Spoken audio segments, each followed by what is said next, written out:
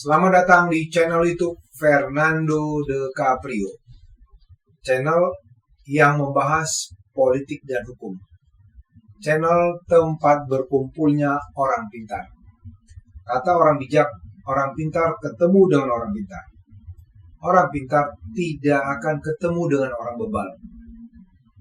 Pada hari ini kami hendak membahas terkait adanya peristiwa pembunuhan yang terjadi di Bekasi. Yang lucunya, pelaku pembunuhan adalah orang yang berada di sekitar dari korban. Memang sering terjadi tindak pidana itu terjadi oleh pelaku yang dekat dengan korban. Karena pelaku mempelajari bagaimana kehidupan sehari-hari dari korban sehingga dia bisa memetakan suatu tindak pidana yang akan dia lakukan. Baik tindak pidana pembunuhan maupun juga misalnya penipuan, bahkan pencurian, ya. Jadi sering terjadi peristiwa pidana itu dilakukan oleh orang terdekat. Makanya ada Adigu mengatakan tindak pidana terjadi dikarenakan ada kesempatan yang diberikan oleh korban. Dalam hal ini kesempatan yang diberikan bukan sengaja, tapi dia tidak sengaja telah membuka peluang kepada orang sekitarnya untuk melakukan tindak pidana. Ya, jadi hari ini kita membahas bagaimana tindak pidana tersebut terjadi yang dilakukan oleh orang terdekat dari korban. Yang kita angkat hari ini terkait dengan seorang pengusaha aksesoris di Bekasi tewas dibunuh oleh istrinya sendiri, oleh anaknya, dan oleh pacar anaknya. Wow, luar biasa nih. Bahaya sekali ya. Kalau sampai istri mau membunuh suaminya, mau jadi apa lagi? Apa motif dia sampai melakukan pembunuhan kepada suami sendiri? Apakah ini motif ekonomi atau ada motif lain? Nanti akan kita bahas di sini. Kalau dikatakan motif ekonomi, lagi-lagi pengusaha, apanya suaminya bukan orang yang boleh katakan susah. Karena suaminya adalah pengusaha aksesoris. Artinya, secara ekonomi, istrinya dinafkahi oleh suaminya secara ekonomi, mampu gitu. Kenapa istrinya sampai tega melakukan pembunuhan kepada suaminya? Ini yang menjadi tanda tanya besar. Big question. Ada apa sampai seorang istri tega membunuh suaminya? Ya. Peristiwa pembunuhan yang terjadi terhadap seorang pria yang bernama Asep Saifuddin, berumur 43 tahun, yang tewas dibunuh di rumahnya sendiri oleh istrinya sendiri bersama dengan anak kandungnya sendiri dan pacar anaknya sendiri. Udah sendiri-sendiri deh nih. Double S namanya. Sendiri-sendiri. Ya, jadi istrinya sendiri yang membunuh. Anaknya, anak kandungnya sendiri juga. Yang membantu pacar anaknya sendiri juga. Wah, ini kacau ya. Pembunuhan berencana tersebut terjadi di Kampung Serang, Desa Taman Rahayu, Kecamatan Setu, Kabupaten Bekasi, Jawa Barat. Menurut keterangan dari adik kandung korban, Ahmad Wahyudi, sebelum terjadi pembunuhan tersebut, sehari sebelumnya Asep Saifuddin sempat mengajak istri dan anaknya makan dan berbelanja di mall. Wow, bayangkan aja. Pak Asep almarhum bahkan mengajak istri dan anak-anaknya belanja dan makan di mall. Kok tega gitu loh. Ada apa nih? Ini dunia sudah terbalik. Orang baik dibunuh. Orang yang di sana itu nggak baik, itu aja harus dibunuh. Biar tidak membebani devisa negara. Koruptor aja dibunuh. Jangan orang baik seperti suaminya dibunuh. Ya, kasihan. Menurut Ahmad Wahyudi, adik kandung korban, dia mengatakan sebelum pembunuhan, Juhairah dan Sylvia Nur Alfiani tidak ada bertingkah aneh-aneh.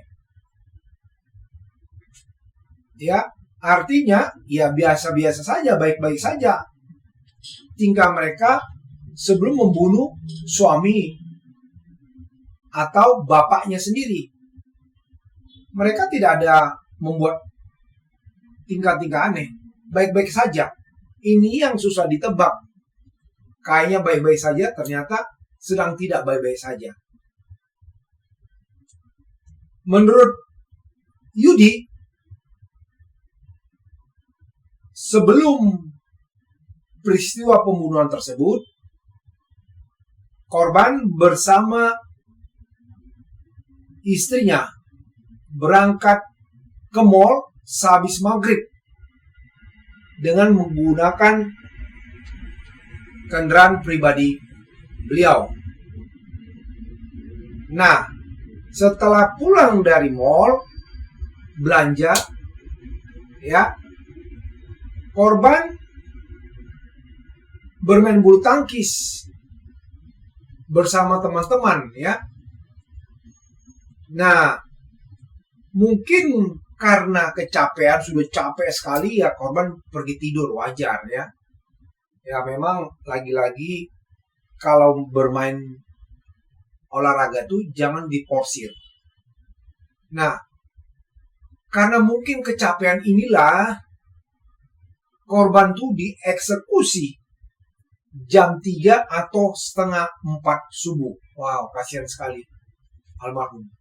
Lagi lelap-lelapnya dieksekusi oleh istrinya sendiri dan anaknya beserta pacar anaknya.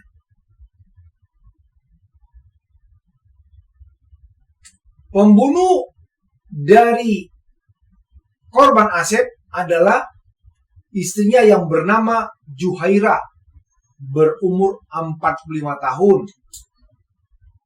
Anak pertama korban bernama Sylvia Nur Alfiani, berumur 22 tahun.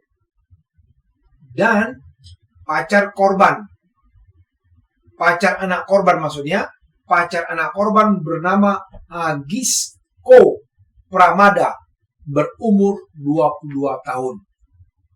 Ya, 3 orang pelakunya.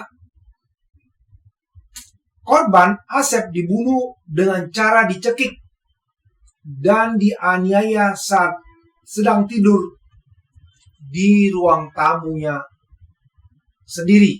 Untuk menutupin jejak kejahatannya, mereka membuat skenario bahwa korban Asep meninggal karena derita sakit. Padahal mereka sebenarnya sudah melakukan percobaan pembunuhan beberapa kali. Salah satunya, mereka sempat memberikan Asep minuman yang diracun. Namun, menurut keterangan, gagal. Kasihan sekali Pak Asepnya ya, almarhum. Sebenarnya sudah bolak-balik dia mau diracun. gagal, tapi dia mungkin percaya aja mungkin sama istrinya. Ya. Dia mungkin tidak ada feeling bahwasanya istrinya mau melakukan kejahatan kepada dia. Peristiwa tersebut dilakukan dengan cara mencekik. Sebelumnya Asep lebih dahulu diracun oleh 3 tersangka, namun beberapa kali gagal. Bahkan, menurut pengakuan para tersangka, Asep sudah 2 kali diracun namun tak kunjung meninggal. Ya, 2 kali diracun. Tapi Pak Asep almarhum masih selamat. Ya, kasihan beliau. Pembunuhan berencana yang pertama dilakukan ketika memberi minuman, Sylvia dan Juhaira meracik minuman susu soda yang dicampur dengan sabun liquid. Itu yang pertama mereka rencanakan. Namun, racun tersebut batal diberikan Sylvia karena merasa tidak tega. Nah, kalau sudah tidak tega, kenapa lagi kau lanjutkan mencoba membunuh? Kenapa kau harus membunuh bapakmu gitu loh? Setelah gagal perencanaan pembunuhan pertama, dilakukanlah lagi pada tanggal 24 Juni. Mereka meracik lagi sabun liquid dicampur dengan minuman jus. Korban sempat meminum dan kemudian muntah-muntah. Ya, mungkin karena sudah dimuntahkan oleh korban pada saat itu racun tersebut, lagi-lagi pembunuhan tersebut gagal. Dan korban bisa lewat dari peristiwa tersebut. Tanggal 24 ya, pembunuhan tanggal 27. Berarti, jadi setelah gagal 2 kali, pada tanggal 27 Juni, pada hari Kamis, ketiga tersangka sepakat untuk mengeksekusi langsung korban Asep saat tidur di ruang tamu. Sepulang dari main bulu tangkis ya. Asep dicekik oleh Juhaira, istrinya, dan Sylvia secara bersamaan. Bagaimana lah, bapak itu habis olahraga, mana dia lagi kemarin itu habis muntah-muntah, akhirnya dicekik sama istri dan anaknya. Karena korban melawan, sang anak Sylvia kemudian ikut melakban kaki korban atau ayahnya sendiri. Korban yang terus memberontak membuat Hagisko, pacar dari anaknya, memukul korban dengan helm hingga tewas. Waduh, gak tahu lagi mana lah itu. Oh, tega dibunuh, padahal itu calon bapak mertuanya. Pada saat terjadinya pembunuhan tersebut, Sylvia dan Juhaira memakai helm. Sedangkan Hagisko memakai masker dan sarung tangan. Mungkin mereka berpikir kalau misalnya ini gagal, nggak ketahuan siapa pembunuhnya. Karena mungkin korban ngantuk-ngantuk segala macam dan lain sebagainya. Kasihan bapak itu almarhum. Sangat menyisakan ya. Sangat memprihatinkan kalau sampai istrinya melakukan pembunuhan terhadap suami yang menafkahi dia. Setelah selesai melakukan pembunuhan, Juhaira, Sylvia hingga Hagisto langsung memakai handphone korban untuk melakukan pinjaman online atau pinjol. Berarti setelah pembunuhan itu apakah paginya, karena subuh dibunuh jam 3 sampai setengah 4, apakah jam 8 atau jam 9, belum jelas keterangan mereka di kepolisian. Yang pasti setelah pembunuhan itu mereka langsung memakai handphone korban untuk mengajukan pinjaman online. Wow, bahaya. Total pinjaman mencapai 56 juta rupiah. Pinjaman dilakukan dengan 2 kali pengajuan melalui aplikasi EasyCash. Wow. Ya, ini berbahaya memang nih.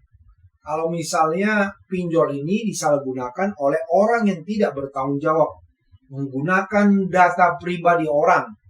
Ya, apalagi kemarin tuh ya, data pribadi rakyat Indonesia aja bisa dibobol oleh hacker. Ya. Gimana kalau nanti digunakan itu ya? Bahaya. Ya. Ini yang melakukan pinjaman ini atau membobol ini masih yang langsung, yang ya tidak menggunakan jaringan hacker. Menurut adik korban Yudi, ya, hal ini sangat sadis ya, karena dilakukan oleh istrinya. Yudi berharap kepada pihak kepolisian, dalam hal ini pihak kepolisian, memberikan pasal yang berlapis agar pelaku dihukum seberat-beratnya. Ini harapan Yudi, adik korban. Menurut beliau kalau dibilang korban ini tidak merestui hubungan anak korban atau pelaku yang bernama Sylvia dengan pacarnya tadi, menurut adik korban Yudi, dia bilang tidak ada statement atau penolakan dari korban hubungan percintaan Sylvia dengan pacarnya Hagisko. Karena menurut adik korban yang bernama Yudi, Hagisko Pramada sering bermain ke rumah korban, ke rumah Asep, dan tidak ada larangan menurut Yudi melakukan pembunuhan tersebut karena tidak disetujui hubungannya. Ini kan kalau nanti alibi dibangun seperti itu, ya, seolah-olah ada peristiwa sebelum pembunuhan tersebut yang membuat sakit hati. Nah, ini mau dibangun. Jadi menurut Yudi tidak ada penolakan hubungan antara anak korban dengan pacarnya Hagisko Pramada. Menurut beliau, kalau dibilang tidak direstui itu bohong. Almarhum merestui, cuma menurut Yudi, korban itu layaknya seorang ayah ke pacar anaknya, ya pasti selektif lah. Namanya juga orang tua menasihati. Dia dikasih tahu bla bla bla bla. Ya. Karena apa? Toh juga hubungan anaknya dengan pacarnya itu sudah berlangsung 5 tahun menurut Yudi. Jadi kalau dibilang nggak setuju, itu hanya mencoba membangun alibi.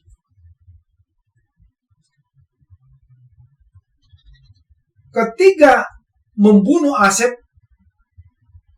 maksudnya pelaku ini dengan alasan motif yang berbeda. Ya, ketiga ini berbeda-beda nih. Ketika ditanya polisi, kenapa kamu membunuh? Ya, berbeda-beda keterangan mereka. Kalau istri Asep, ya ini Juhaira, ketika ditanyakan oleh penyidik, kenapa dia mau sampai tega membunuh suaminya, dia mengatakan, karena alasan kurang dinafkahi dan tidak harmonis. Ya, nanti akan digali terus apa benar. Ya, menurut keterangan istri itu gara-gara kurang dinafkahi, nggak harmonis, kan nanti ketahuan. Nanti ketika dicari keterangan penyidik, kembali lagi akan digali penyidik sedalam-dalamnya nih.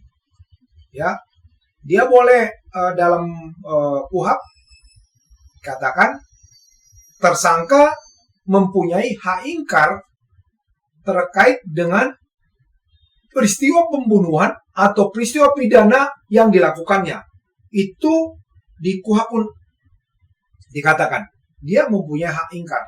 Tapi hak ingkar tersebut bukan berarti mengesampingkan peristiwa hukum tersebut, dan nanti fakta di persidangan akan terbongkar semua. Ya, jadi kalaupun para tersangka memberikan keterangan palsu, ya, berbelit-belit, nanti fakta di persidangan akan terbongkar. Sementara menurut keterangan Sylvia, anaknya, dia tega membunuh bapaknya karena merasa hubungan tak direstui. Nah, ini dia kan, ada yang membangun opini, ada yang membangun opini itu. Ya, nanti akan terbongkar.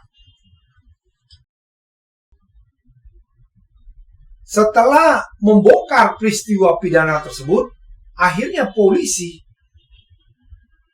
menjerat ketiga tersangka, yaitu Juhaira, istrinya, Sylvie, anaknya, Hagisko, pacar dari anaknya, dengan pasal pembunuhan berencana yang ancamannya hukuman mati. Ya, ancaman hukuman maksimal 340 itu hukuman mati. Selain itu, penyidik juga menjerat ketiga tersangka dengan pasal 44 ayat 3 junto pasal 5 Undang-Undang Nomor 23 Tahun 2004 tentang kekerasan dalam rumah tangga. Ya. Penyidik kepolisian juga menjuntukkan selain pasal 340 pembunuhan berencana, dijuntukkan juga dengan pasal 338 KWP, pasal 351 ayat 3 KWP, junto pasal 5, 5 dan 56 KWP. Ya. Artinya, ya, masing-masing pelaku mempunyai peran yang berbeda-beda. Ya. Kalau pasal 340 tuh jelas ancaman maksimal itu hukuman mati. Kalau di 338 ya bisa 20 tahun. Ya. Kalau 351 15 tahun. Ya. Ya, mudah-mudahan nanti polisi bisa atau jaksa, dalam hal ini jaksa penuntut umum, bisa menggali sehingga dalam surat dakwaannya dia jelas membuat pasal mana yang paling cocok buat ketiga para pelaku. Dan biarlah hakim nanti yang akan memutuskan hukuman apa yang layak dilakukan atau diberikan kepada ketiga pelaku, ya, yang tega menghabisi suaminya, menghabisin bapaknya. Tapi yang paling saya yakin, hakim akan memberikan hukuman yang paling berat kepada istri dan anaknya. Karena itu adalah suaminya, yang satu itu adalah bapaknya, yang notabene dia adalah darah daging dari bapaknya. Ya, mudah-mudahan tidak terjadi lagi peristiwa-peristiwa pembunuhan seperti ini yang tega menghabisi orang tuanya. Apakah itu karena motif ekonomi? Ya, lagi-lagi memang ini tanggung jawab pemerintah. Kalau sampai karena motif ekonomi orang tega membunuh, berarti pemerintah sudah lalai melindungi masyarakatnya. Mungkin itu aja yang bisa kami sampaikan. Para penonton channel YouTube Fernando De Caprio yang belum mensubscribe, tolong di-subscribe, nyalakan loncengnya, share kepada teman-temannya, sehingga kalau ada peristiwa-peristiwa atau berita-berita yang kami angkat, Anda bisa terupdate. Bagi yang mau berkomentar, silakan beri komentar di kolom komen. Ya, mungkin itu aja yang bisa kami sampaikan dalam video ini. Tetap semangat, jaga persatuan bagi seluruh rakyat Indonesia. Terima kasih, sampai ketemu di video-video berikutnya. Salam.